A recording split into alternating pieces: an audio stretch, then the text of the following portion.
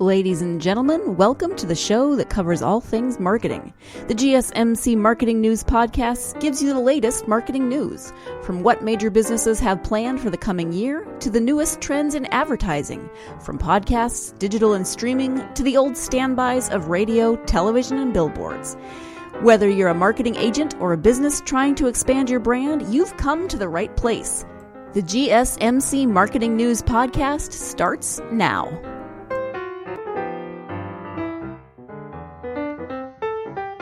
Hello, everyone, and welcome to the GSMC Marketing Podcast, brought to you by the GSMC Podcast Network.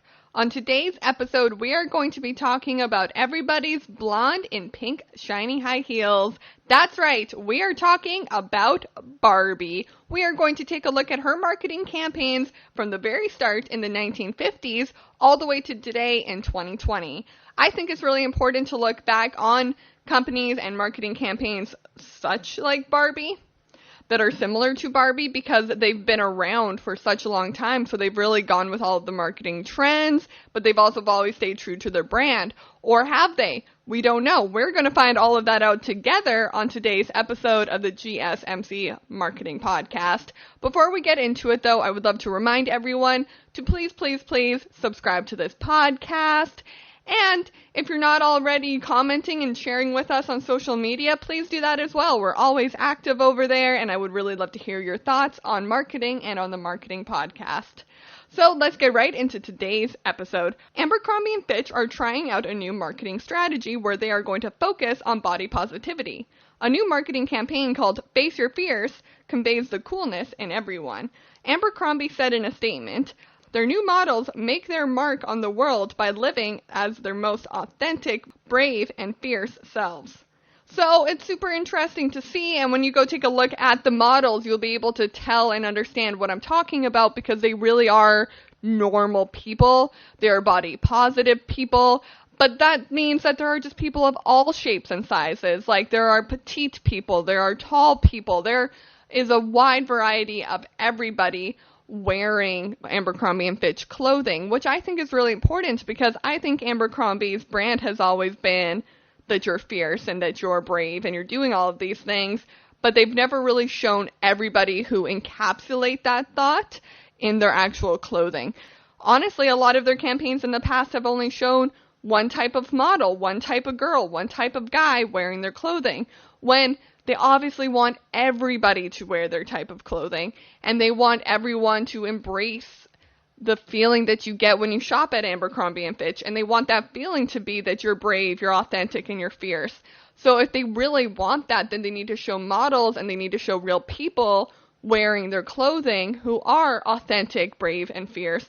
Not saying that their past models haven't been, but it's really great to see a company sort of take a look at their marketing, see what's wrong with it, and then find a way to correct it in a positive way while still being true to their brand. So way to go, Abercrombie & Fitch. I hope this is just the start of your body positivity marketing strategy, and I hope to see a lot more campaigns similar to the Face Your Fears campaign in the future.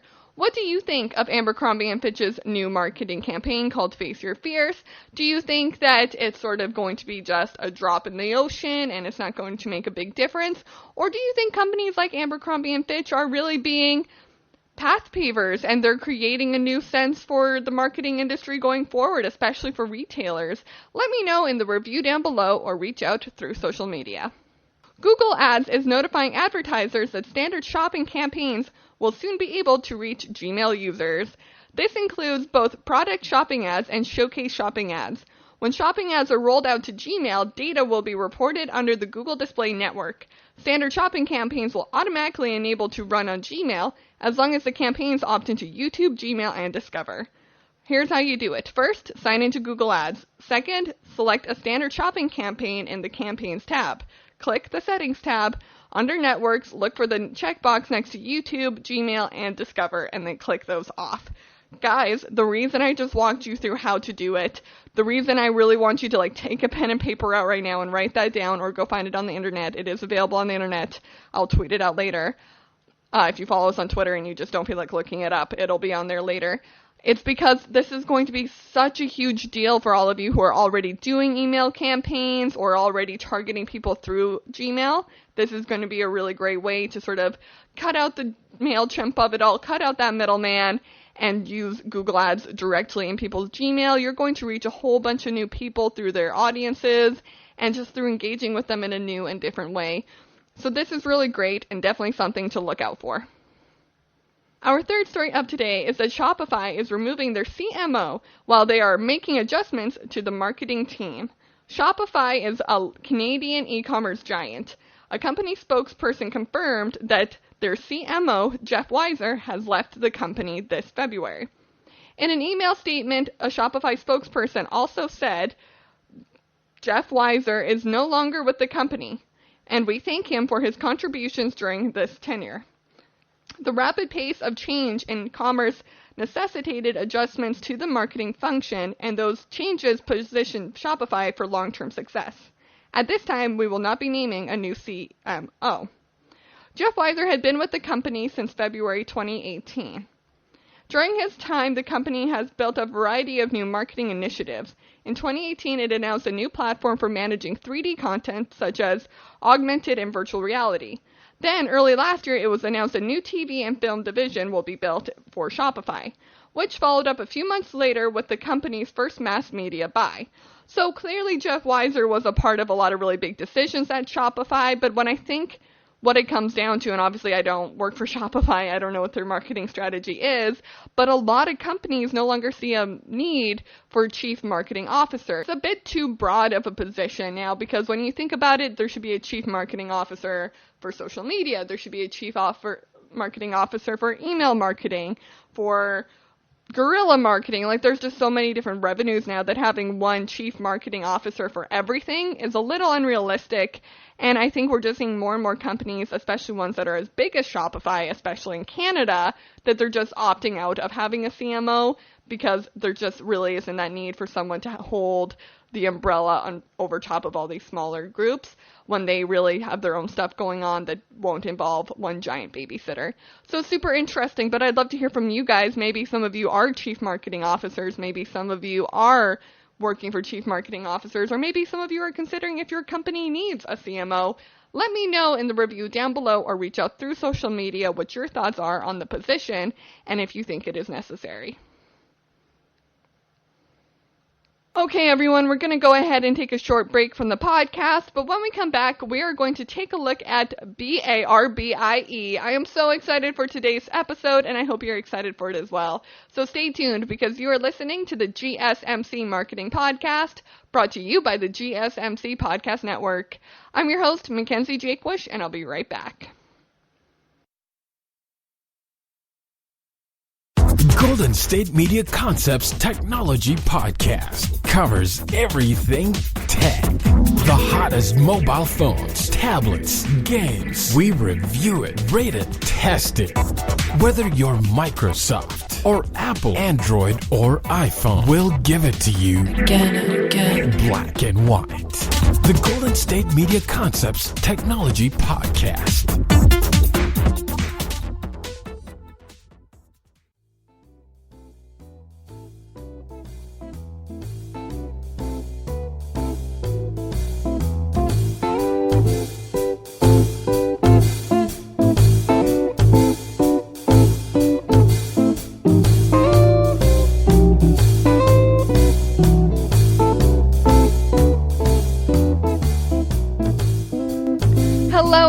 And welcome back to the GSMC Marketing Podcast, brought to you by the GSMC Podcast Network. I'm your host, Mackenzie Jakewish, and thank you so much for joining me on today's episode. We are talking about America's favorite doll. We are talking about Barbie. On today's episode, I am going to walk you through everything from 1959, where it all got started, to their most recent marketing campaigns in the year 2020, because Barbie is one of those brands that have, always stayed true to their brand while also following marketing trends, and they've stuck around, guys, for like 60 years here. So I think we can take note from them, and I think we should always pay attention to these big brands that are really owning the marketing world, because they're not leaving. They're hanging in there. And so if you want your brand, if you want your company to hang in there, maybe take a few suggestions from everybody's favorite doctor, astronaut, teacher, assistant, wife, bridesmaid, veterinarian, astronaut. Barbie has had every job, so let's just add marketing officer to the top of the list, because her marketing has always been on point. There have been a few downfalls, though, so we're going to talk about all of that and more on today's episode. But for now, where else to start other than that classic commercial in 1959? Barbie all started by actually being marketed to teenagers. So, in the year 1959, a few toy buyers met at the New York City's toy fair and thought that Mattel's teenage fashion doll Barbie would be marketable for teenagers. But Ruth Handler, wife of Mattel's founder Elliot Handler, thought better. She decided that instead of selling it to adults and teenagers, she would market the doll directly to children. So what they decided to do is sell their doll on Disney's Mickey Mouse Clubhouse, and that's when everything went up from there. It was a huge game changer seeing it on the Mickey Mouse's Clubhouse. Kids suddenly really wanted it, and they could build off of that momentum, which is when they released the first Barbie commercial in 1959. It was black and white, and she was presented as a fashion model who had just won a beauty contest. Now, a really interesting thing here to keep in mind is that Barbie, although we all see her as the blonde, was always sold as a blonde and a brunette. It was never just a blonde, and I think a lot of people actually forget that. And the reason I'm bringing it up now isn't just because I'm a blonde and I want people to know Barbie isn't just a blonde, is because I think it's really important when you think of it from a marketing perspective, is that they always understood that they didn't just have one type of girl buying Barbies, that it wasn't all just little blonde girls who wanted the toy, that there was girls with brunette hair, girls with red hair, but maybe red was a little too hard to make. It was 1959. But they knew that there weren't just little blonde girls who wanted to play with the doll, and that everyone needed a doll they could relate to.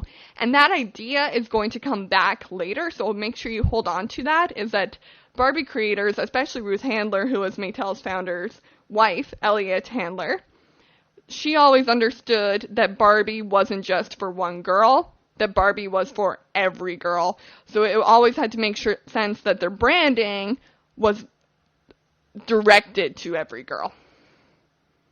In that first year, 351,000 Barbie dolls were sold. Since 1959, more than 500 million Barbie dolls have been sold. 30 years after the first commercial, Barbie is still a huge part of pop culture, and no other doll has been as popular. We did talk about in the Frozen podcast how the dancing Elsa doll sold more than Barbie, but that was just for 1 year. So let's hold on here. Barbie still held her place for quite a while and has now regained her throne. See you later, Elsa. But there definitely was a downfall there where Elsa just came on in and couldn't let it go. So definitely super interesting how that all worked out. Since 1960, when she appeared as a ballerina, registered nurse, and an American Airlines stewardess, she has been increasing in mobility in the business world. So this is going to be a really important thing to pay attention to, and I kind of want this to be like a side note in the podcast that I'll mention it at the end of each little segment here. Barbie wasn't just a model in the 1950s and the 1960s, and she wasn't just a doll. They always made sure she had a wide variety of careers, but the careers are always going to change. So in the 1960s, she was a registered nurse, a ballerina, an American Airlines stewardess, and an American Airlines stewardess. So that's really interesting. And I think it was definitely, we're going to talk later about how Mattel does a lot of research into what careers are popular or what are parents most concerned about with their children. And I think this is just proof of how well they do that, because at the time in the 1960s, those were the most promising careers for women. They were the most popular. That's what most women were doing, were registered nurses and stewardess and other things as well, but they were the most popular for sure. And so it's really important that Barbie, for the brand that Mattel's putting forward, is that she always stays on trend. She could never just stay being an airline stewardess, right? Like, by the time 2020 rolls around, we better see a few pilot Barbies out there, which there are, by the way. I bought one for my sister who's a pilot and she loves it. But it always has to change, and that's really the point of Barbie's brand, is that she's always changing, she's always growing, and she's always developing new characteristics that fit the time.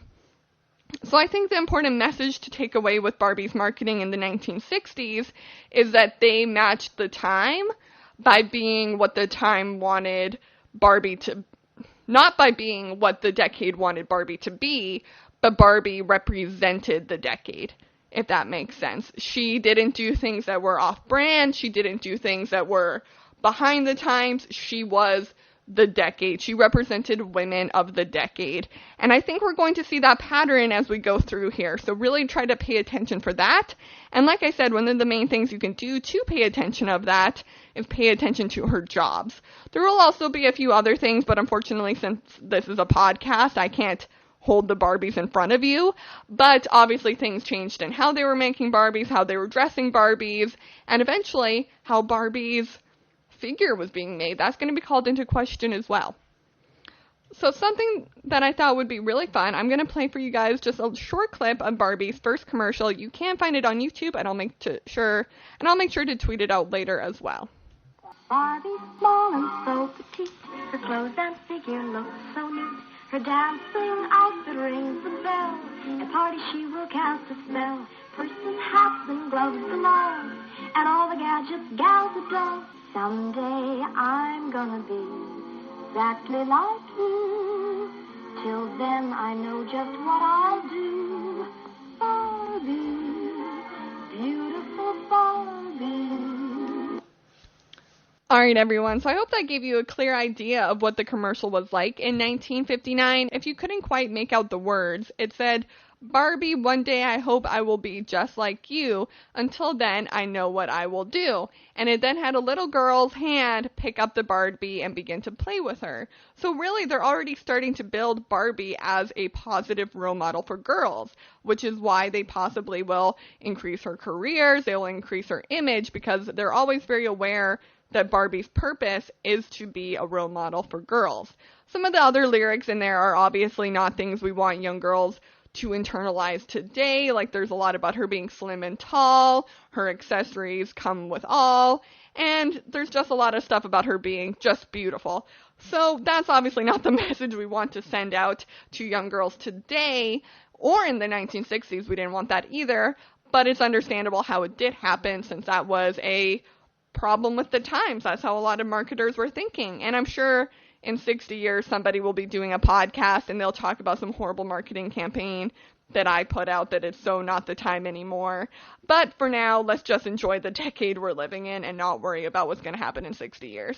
Okay, everyone, we're going to go ahead and take a short break from the podcast, but when we come back, it's going to get a little groovy, baby. We're talking about the 70s, 80s, and 90s when it comes to Barbie style. So stay tuned because you are listening to the GSMC Marketing Podcast, brought to you by the GSMC Podcast Network. I'm your host, Mackenzie Jaquish, and I'll be right back.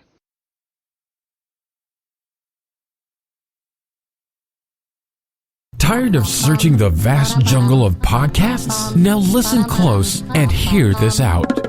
There's a podcast network that covers just about everything that you've been searching. Hey! The Golden State Media Concepts Podcast Network is here. Nothing less than a podcast bliss with endless hours of podcast coverage. From news, sports, music, fashion, cooking, entertainment, fantasy, football, and so much more. So stop lurking around and go straight out to the Golden State Media Concepts Podcast Network. Guaranteed to fill that podcast itch. Whatever it may be. Visit us at www.gsmcpodcast.com. Follow us on Facebook and Twitter, and download us on iTunes, SoundCloud, and Google Play.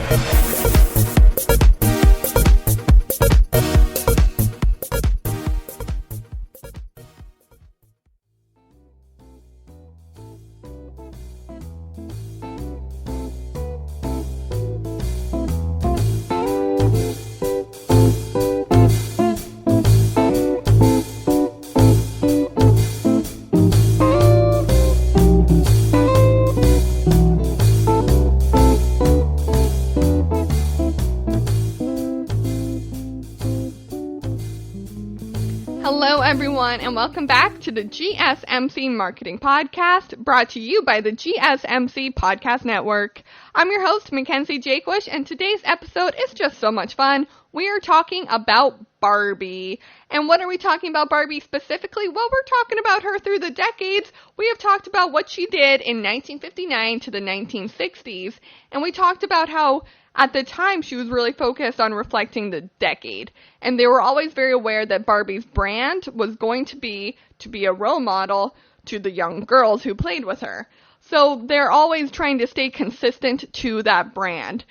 And we're going to talk later about a few times they maybe fell flat of that, or maybe a few times they didn't achieve that goal, but that's always Mattel's intent, is that they are going to be a role model for young girls, which is why Barbie always came as a blonde and a brunette, because they understood that it wasn't just blonde girls playing with Barbies.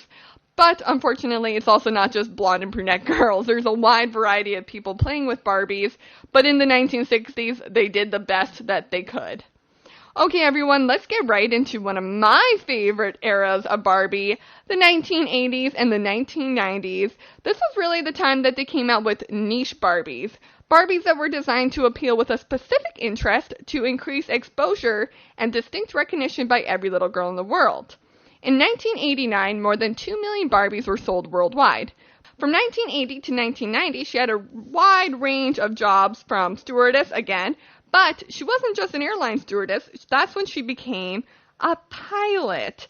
And from a nurse to a surgeon, from a playgirl to a career executive, and from a fashion model to a designer. This was also the first time we ever saw Barbie become a member of the armed forces. So I mentioned before the break how something we should always pay attention to see if Barbie is staying up with the times and she is becoming relevant is by her career changes. So although they still had the stewardess, although they still had the nurse, although they still had the fashion model, we're now also seeing pilots and doctors and members of the armed forces.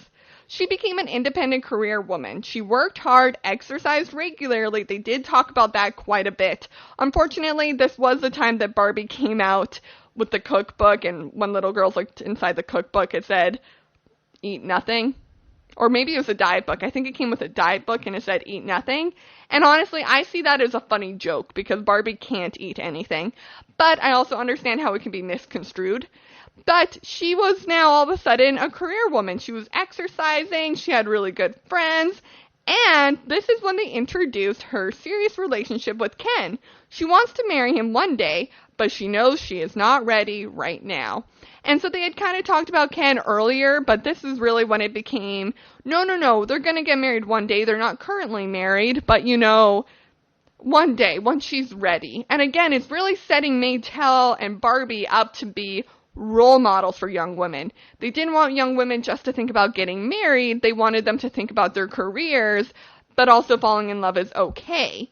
So they were really trying just to open up that world a little bit more than they already had and really try to prove that to themselves and to the marketing world that they were flexible and able to change with the times, which they were. And they did that by creating these new jobs and new relationships for Barbie.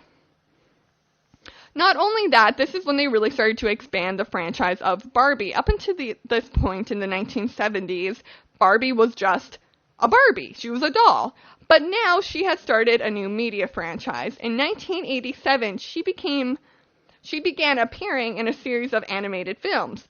Barbie's direct-to-DVD animated films have sold over 110 million units worldwide as of 2013, so I'm sure that number is even way bigger right now. And if anyone has a copy of these original Barbie TV shows from 1987, I would love to see them. So get me one of those copies, please.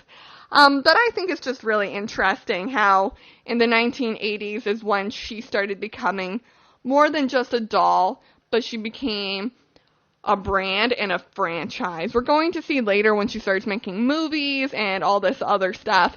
But right now she was just a doll. You could buy things like her accessories, but eventually we're going to see that they started branching out into houses and more dolls to build out her world and building other worlds for Barbie to live in, like a mermaid and a fairy world. So it never stops growing. And that's really interesting and really important when it comes to a brand like Barbie, that she never stops growing, because the world outside of Barbie never stops growing either. So what do you think of the Barbies in the 1980s and the 1990s? Obviously, this was a giant turning point for Barbie, as she was no longer just a nurse. She was no longer just a model. They understood that the times were changing. Women were more in the career world now. They were pushing farther. There were movies like Working Girl coming out. So they understood that times were changing and they needed to change too. What I want you to do is consider your brand for a moment, and if you've been around for a long time, even if you've just been around for a year, take a look at what you did a year ago and ask yourself, should we be changing by now? Now, the important thing to remember is your brand at its core should never change. Barbie is a role model to young girls. That is never going to change for Mattel. They're always going to believe that, and everything they do is going to represent that belief. Whether or not it's true is totally up to the audience and the industry and everything else around it and the world and society, but they're always going to strive for that. So let me ask you this first. Does your company have that? If you do, write it down, post it on your wall, paint it on your company wall, because it's so important. But everything around it needs to be adaptable and acceptable to change. Right? Barbie wants to be a role model to girls, but that role model can no longer be the supermodel who's fit and slim, as the song said, right? So you need to be able to change because the world's going to change, but consistent branding is important. Okay, everyone, we're going to go ahead and take a short break from the podcast, but when we come back, we're going to be talking about the early 2000s. This is really when the Barbie franchise exploded. They started making movies. They started coming out with that bigger world. So stay tuned for all of that and more on the GSMC Marketing Podcast, brought to you by the GSMC Podcast Network. I'm your host, Mackenzie Jaquish, and I'll be right back.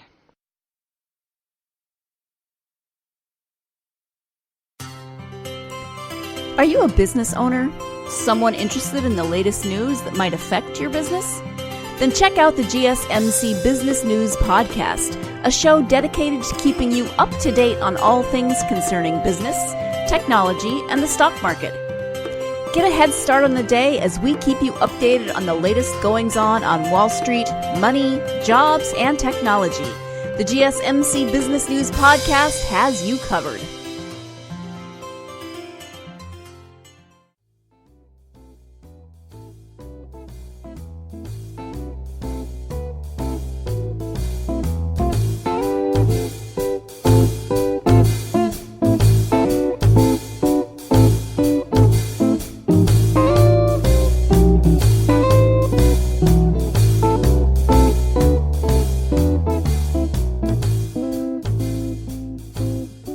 Hello, everyone, and welcome back to the GSMC Marketing Podcast, brought to you by the GSMC Podcast Network. I'm your host, Mackenzie Jaquish, and thank you so much for joining me on today's episode. Today's episode is super fun, and I'm having a lot of fun recording it. I'm hoping that you're having a lot of fun listening to it, because it really is just a fun topic. We're talking about everybody's favorite toy. We're talking about America's favorite toy. We're talking about America's #1 best-selling toy.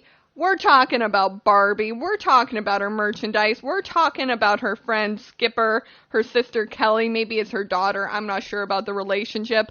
We're talking about her serious boyfriend Ken. But most of all, we're talking about the marketing that Mattel has done for their most successful product over the past 60 years. She is definitely a worldwide sensation. They have built an entire franchise around her, and it's one of those brands that have really managed to stick around and change with the times.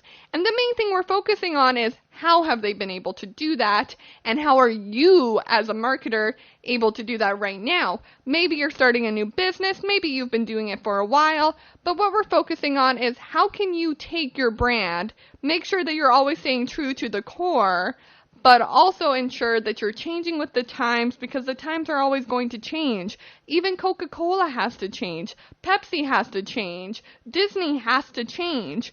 But Barbie has done such a good job at staying true to their main goal and to their main brand, to the core of their brand, which is they are a role model for women.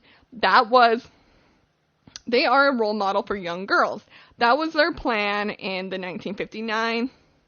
In 1959, it was their plan in the 1990s and 80s and 70s, and it is their plan today. They want every doll sold to be a role model to the little girl or boy that bought it. So what we're trying to ensure that we do in this podcast when we're talking about their marketing is we want to try to take note of how they changed, how they adapted, and how they always made sure they were staying true to their brand, but that they were also changing with the times. And one of the ways that we are doing that is we're tracking her career and how the careers changed. So they started with having her be a registered nurse, a ballerina, and a supermodel in the 1950s and the 1960s.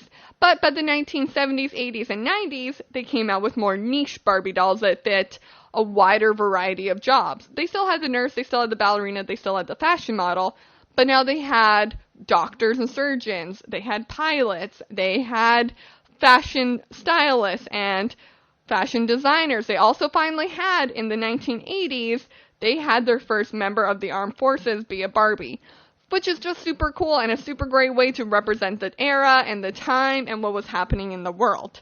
In the 1980s and the 1990s is also when we started to see the franchise really grow and explore where it was and how it was changing. This is when they started coming out with books and additional toys to go with Barbie, but most importantly, this is when she started more of her entertainment franchise. She began appearing in TV shows and movies in 1987. So this is really when we started to see that world build and grow, and it's just super interesting to see how they took something that was such a simple idea, it was going to be a doll, and how they turned it into this multi-billion-dollar franchise. Now we're in the early 2000s, which is really my decade and my era of Barbie. I started playing with her in the early 2000s, and I probably stopped playing with her as well in the early 2000s, just because you grow up, you stop playing with Barbies. I will say, though, nobody laugh. I did keep one Barbie. I'm now 23 years old, and I kept one Barbie. I kept my Elle Woods from Legally Blonde 2. I kept her Barbie. I have it. I probably will never get rid of it. But I feel like everyone listening to this podcast, if you once had a Barbies collection, you probably kept one, or you know where they still are. If you're one of those people, write it in the review down below or reach out through social media, because I would love not to be the only person.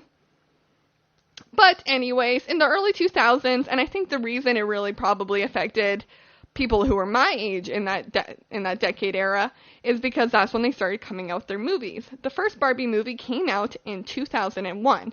There have now been 36 movies made and a reality show. So just so you're aware, the movies came out one after each other. Every year they've been pushing out a new movie. And I'm going to read you the titles here because I think they're really interesting, because it's another really great way to show how Barbie changed over the past couple of decades. So in 2001, the first movie was Barbie and the Nutcracker. In 2002, Barbie as Rapunzel. In 2003, Barbie of Swan Lake. In 2004, Barbie and the Princess and the Pauper. 2005, Barbie Fairytopia. 2005 again, Barbie and the Magic of Pegasus, which was their first 3D film. In 2005 again, so 3 movies in 2005, it came out with The Barbie Diaries.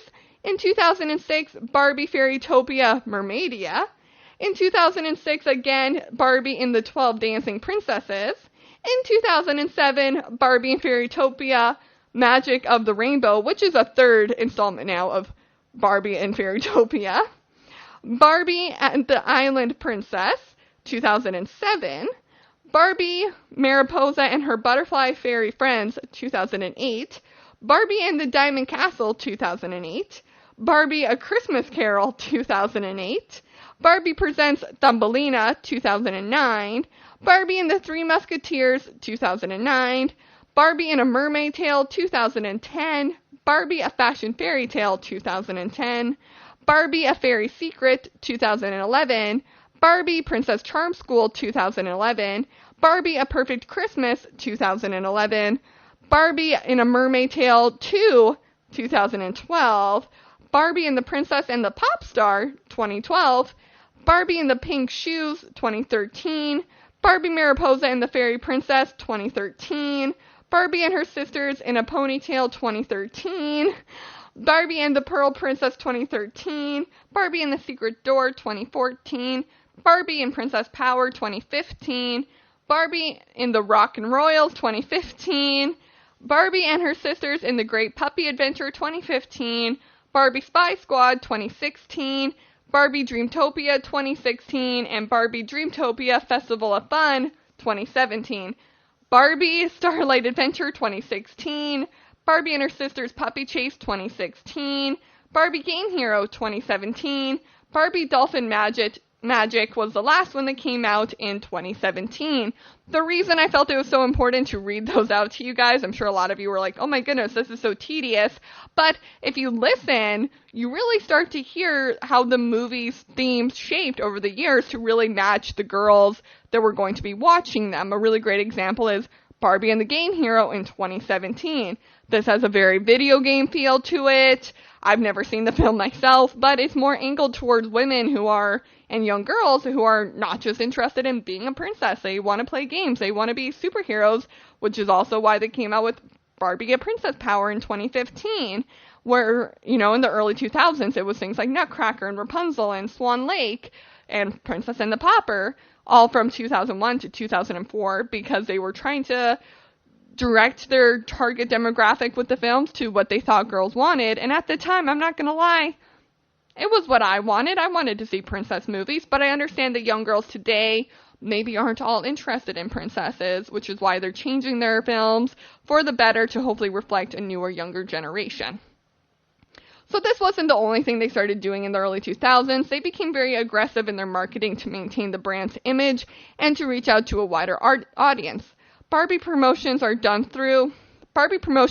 coming through TV advertisements, newspapers, and through their website.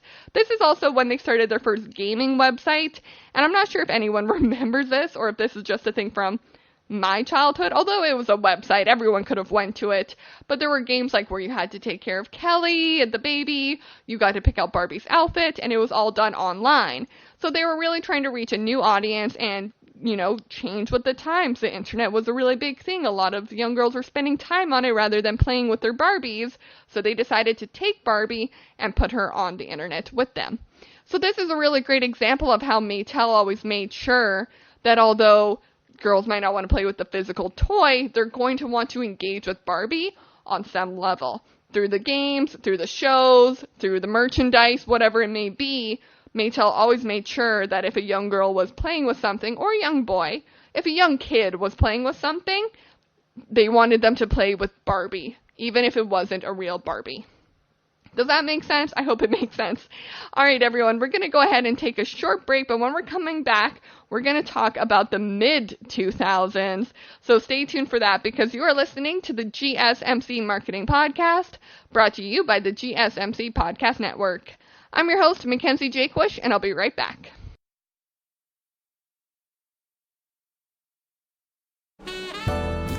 Are you looking for a podcast that gives you all of the latest news from the world of finance? Then check out the GSMC Financial News Podcast.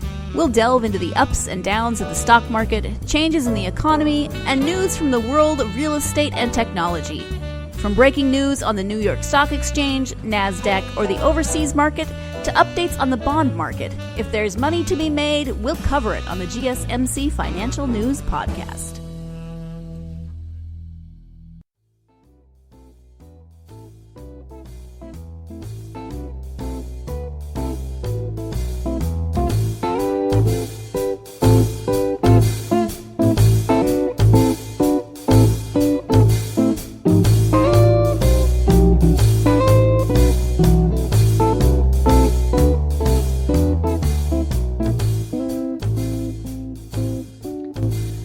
Everyone, and welcome back to the GSMC Marketing Podcast, brought to you by the GSMC Podcast Network.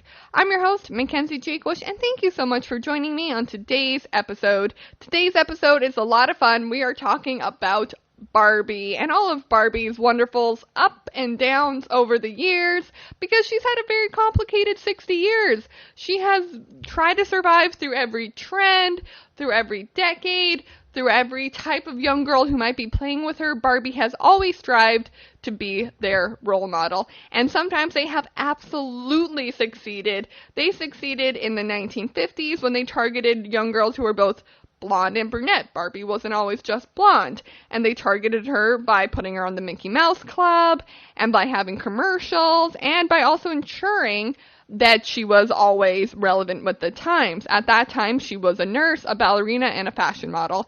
I'm not saying all of those careers were realistic of a woman of 1959, but they were realistic for the young girls playing with Barbies in 1959.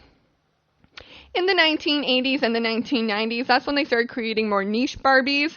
There were still the ballerinas and the fashion models and all that, but this is when they started having doctors and pilots and members of the U.S. Army. That was a really big one for Barbie. Not only that, in the 1980s, this is when they also started building the media and entertainment and franchise empire that Barbie is today. This is when the first TV show about her was released, and a couple films as well. In the early 2000s is really when the films took off, and the websites and the video games and the merchandise around Barbie really started becoming a prominent part of the doll. No longer was she just a doll you could buy. You could also play her video games online. You could watch one of her many movies. You could buy more outfits and houses and dolls to go with her.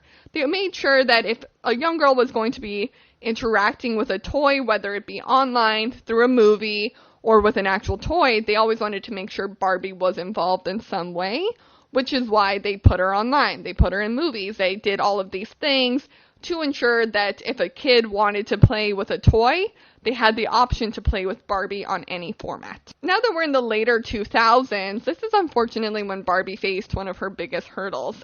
The iconic Barbie doll was suffering. It faced 8 straight quarters of sales in decline, falling globally by 14%. But they were saving it. Guys, they saved it. Don't worry. Barbie is still around. This is breaking news for anybody. You could go to a Walmart right now and buy a Barbie doll. Nothing is stopping you. But they came out with a new marketing campaign called Imagine the Possibilities. This is also when Barbie I Can Be came out, but this launched a whole bunch of marketing campaigns and a new line of Barbies. It aimed to show girls that their career ambitions should not be hindered by their gender. There was a new marketing campaign called Fashionitas and hashtag The Dolls Evolve. This was all in an attempt to give the Barbies a real-world makeover. Barbie would no longer just come in one size. Instead, there were 3 new body types, tall, curvy, and petite, and 7 new skin tones aimed at making the toys more reflective of the world girls see around them.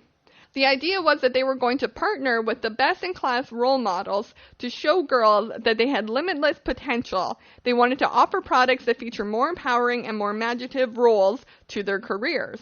So this is again what I'm talking about, and why I said that we're going to pay attention to their jobs, because this was no longer just sticking them to certain jobs. Barbie came with these job titles. Now they were trying to show, look at the possibilities for Barbie. They're endless. Barbie I Can Be anything your imagination wants. Another marketing campaign that they tried around that time was the launch of the Shiro line. Mattel surveyed 8,000 mothers worldwide and found that 86% were concerned about role models for their daughters. So what did Mattel do in response of that? They developed the Shiro line. The Shiro line was the idea to take real-world role models and turn them into Barbie dolls so the young girls could play with them. So no longer was Barbie the role model, but you could buy a role model that was a Barbie. So again, do you see how Mattel is always making sure that Barbie's core of her brand and her belief was that she is a role model? But because they had declined in sales and their stock was going down and people weren't interested in Barbie being the role model anymore, they flipped it on their heads and made it so that role models were now Barbies. Very clever, very interesting, and we're going to talk more about the Shiro line because it's definitely more used today. It came out in the late 2000s and is still effective right now. They're still running it right now. But the real world makeover was really a big turning point for Barbie. This is when we started seeing those different shades in skin tone, the small, petite, curvy, tall Barbies came out, and it really was no longer just this girl who was like 6 foot tall, like 100 pounds, but had a huge chest. Instead, she was every girl, and she really was every girl. If you went into the store, you could find a Barbie that looked like you, your mom, your friend, your aunt, your teacher, your professor, anything. You could find her in the aisle of Barbies. So this was a really big change for Mattel, but I really appreciate it. Something we should all pay attention to is how they were able to stay true to their idea of creating a role model for young girls. That was their brand. That's what they wanted to do. Today's episode has been a lot of fun. I've been having a lot of fun with today's episode. We are talking about Barbie. We have taken a look at her marketing campaigns over the past 60 years. We have talked about her first commercial in the 1950s, all the way up into the Shiro line that was announced in the mid-2000s. So for those of you that are confused, or maybe you're just for some reason tuning into the last segment of today's podcast, in the 1950s, we talked about how the Barbie's commercial was focused on, you know, the young girls wanted to be Barbie. That was very clear. That was in the lyrics of the commercial of the song. Barbie, one day I want to be just like you. Until then, I know what I will do. And you're going to play with a Barbie until one day you can turn into Barbie. So at the core of that commercial, although maybe a little misguided because they were saying she was a fashion model and everyone should be fashion models, is that they wanted to be a role model. Fast forward to the mid-2000s when they came out with the Shiro line, which was, okay, Barbie's stock has been declining. 14% globally is declined. What are we going to do? Barbie is no longer a role model. They then surveyed mothers to find that 86% were concerned about the lack of role models for their daughters. So they said, okay, Barbie being the role model, we can give her all the jobs we want. We can make her a member of the armed forces. We can make her a surgeon. We can do all of these things. That's not cutting it anymore. What can we do? So they gave her a real-world makeover, and that included changing her body type. They suddenly had a petite, curvy, and tall Barbie. They added 7 different shades of skin tone, and most importantly, they came out with the Shiro line, which was taking real-world role models and turning them into Barbies. So although Barbie was no longer herself the role model, you could buy a role model that was a Barbie. Kind of a very unique idea, but sort of like, well, my pants are dirty, I'm going to turn them inside out, and you're like, oh my goodness, my pants inside out look so much better anyways, I'm always going to wear them like this. Kind of a weird way to put it, I know, and I completely understand that was such a weird way to put it, but that's what I'm getting at, and I think it's such an important thing when we take a look at our own marketing, that we ensure that we're always staying with the times, but we're always staying true to our brand. Barbie's brand is being a role model to young girls. It started in the 1950s, and it is present in today's 2020 climate. So in today's 2020 climate, 90% of all girls aged 3 to 11 own at least one Barbie doll. Mattel's chief operating officer, Richard Dixon, wants to use Barbie to create a movement ahead of her 60th anniversary. He recently said, Barbie's birthday represents a bigger loudspeaker to celebrate who we are and what we've achieved, and hopefully create a movement where people become even more inspired by the brand. Empowering girls has become a key focus of what the brand will kick off in its celebration in March. To do this, they are going to be using their most recent marketing tactic, the Shiro line, which highlights inspiring women and features dolls as Frida Kahlo, aviator Amelia Earhart, and NASA mathematician Katherine Johnson. So they were all debuted right before her 60th birthday, along with dolls such as female film director Patty Jenkins and Olympian Chloe Kim. Dickinson says the anniversaries provide a catalyst to analyze any brand's past and prepare for the future. It's an opportunity to take a look back and celebrate the history while ensuring you don't become history. You have to create the next version of the brand's history and tell your future story. And gosh, guys, if that doesn't get your blood boiling in such a positive way, if that doesn't excite you, then I don't know what will. Barbie is trying to change with the times. They are trying to reflect the current climate, their current audience, and current girls. They understand that if 90% of girls 3 to 11 own one Barbie, that one Barbie should be a role model. It should be something that they aspire to be, which is something that they wanted in the 1950s, is something that they wanted in the 1980s when they started coming out with the niche Barbies that were pilots and doctors and surgeons and armed forces. It's something they wanted in the early 2000s when they started building that media empire and came out with all of those movies. And it's something that they wanted with this Shiro line. And the Shiro line, I encourage you to go look it up.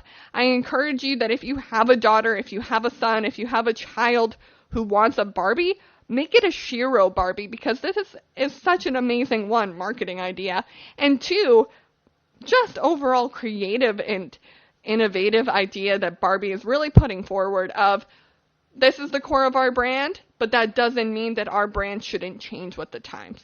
And that is really what is Barbie. And that really is what Barbie's doing. And I think it's really what Barbie represents.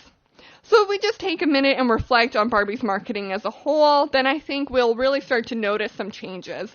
So in the 1950s, they appeared on the Mickey Mouse's Clubhouse show because they understood that's where young children were. They originally wanted to market it for adults and for teenagers, but they understood that adults and teenagers are already at the place where they don't need role models. So let's give it to children and let's sell it to them through commercials and the Mickey Mouse's Clubhouse.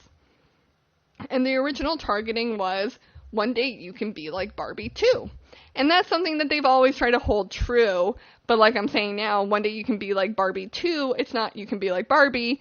It's that you can be like Frida Kahlo or Amelia Earhart. So they're always changing and they're always growing and they're always trying to develop new marketing strategies that fit their brand.